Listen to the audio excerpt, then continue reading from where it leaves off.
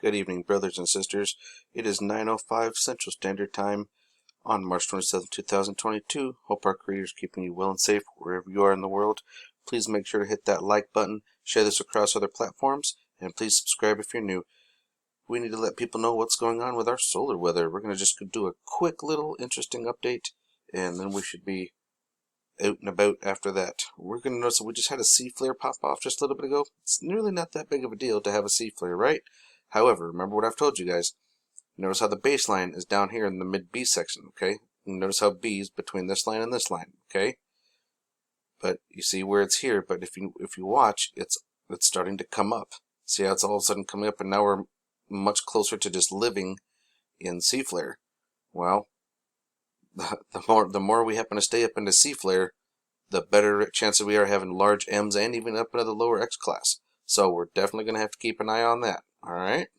And here we have active region 2975, and this one here be 2976. Okay, 2975 actually expanded today in both size and magnetic complexity, actually.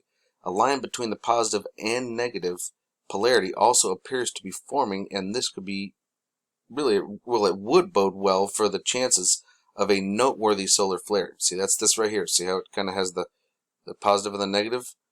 Okay, this is that magnetic complexity right here. Okay, this is the polarity that's forming right here, and it's really, they're like right touching. So yeah, we need to be careful of that. All right. I'll be making sure to monitor this region here for us over the next 24 to 48 hours. We'll see what happens with it. There's actually a new active region, and it is down here.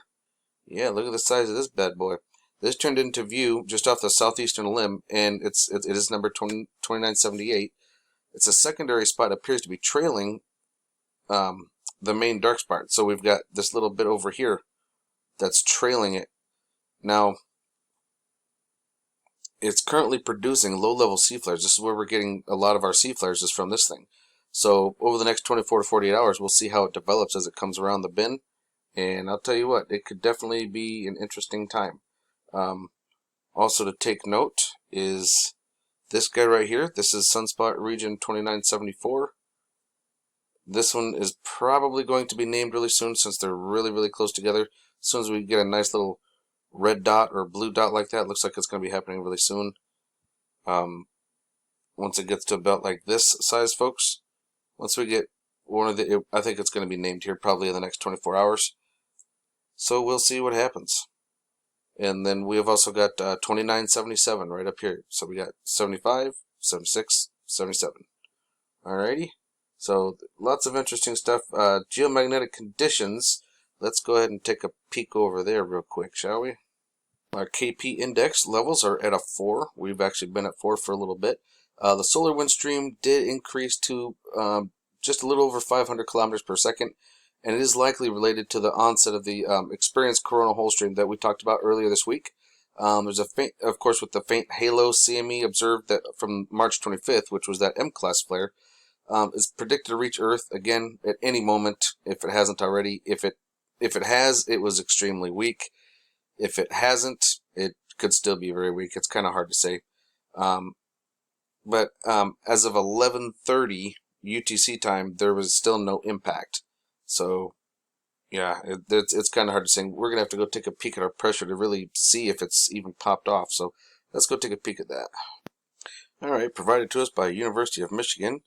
We got their Geospace Magnetosphere Cut Planes Pressure. So let's take a look at our pressure. I'll be honest with you folks, I was just watching this, and it's hard to say if we got impacted or not. This is kind of just indicative of just regular solar winds.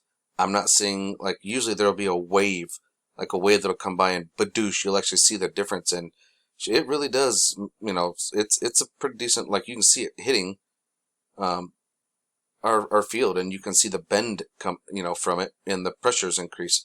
All you can see here is just little pressure fluctuations. So I can't tell if we've actually fully been hit or not, because this is about the same as what it looked like earlier. Looking here at our SDO at 94 angstroms of light, we can see our active region sunspot groups that are going on up here. We got some activity here, and especially right here, coming around the limb at us, okay? It's coming around the bend.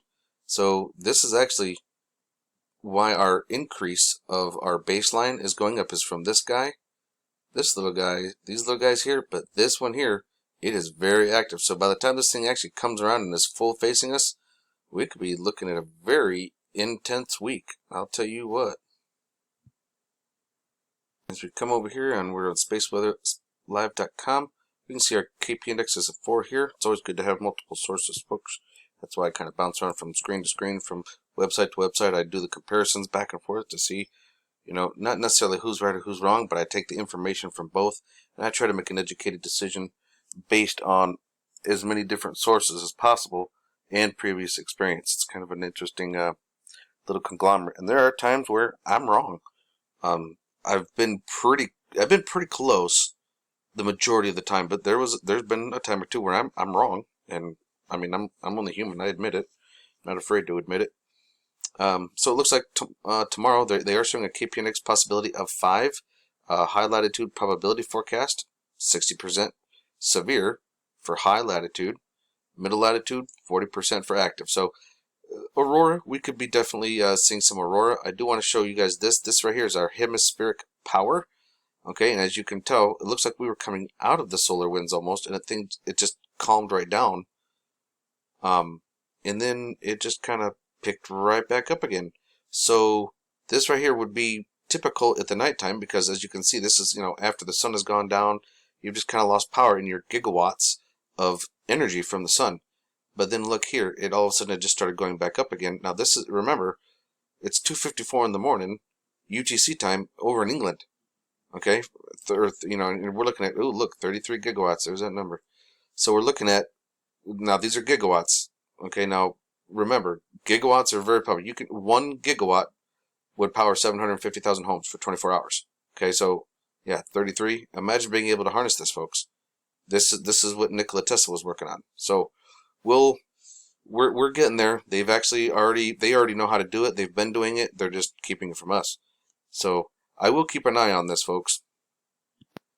Just remember to keep your eyes open, have no fear, and express love, because love is the only way forward.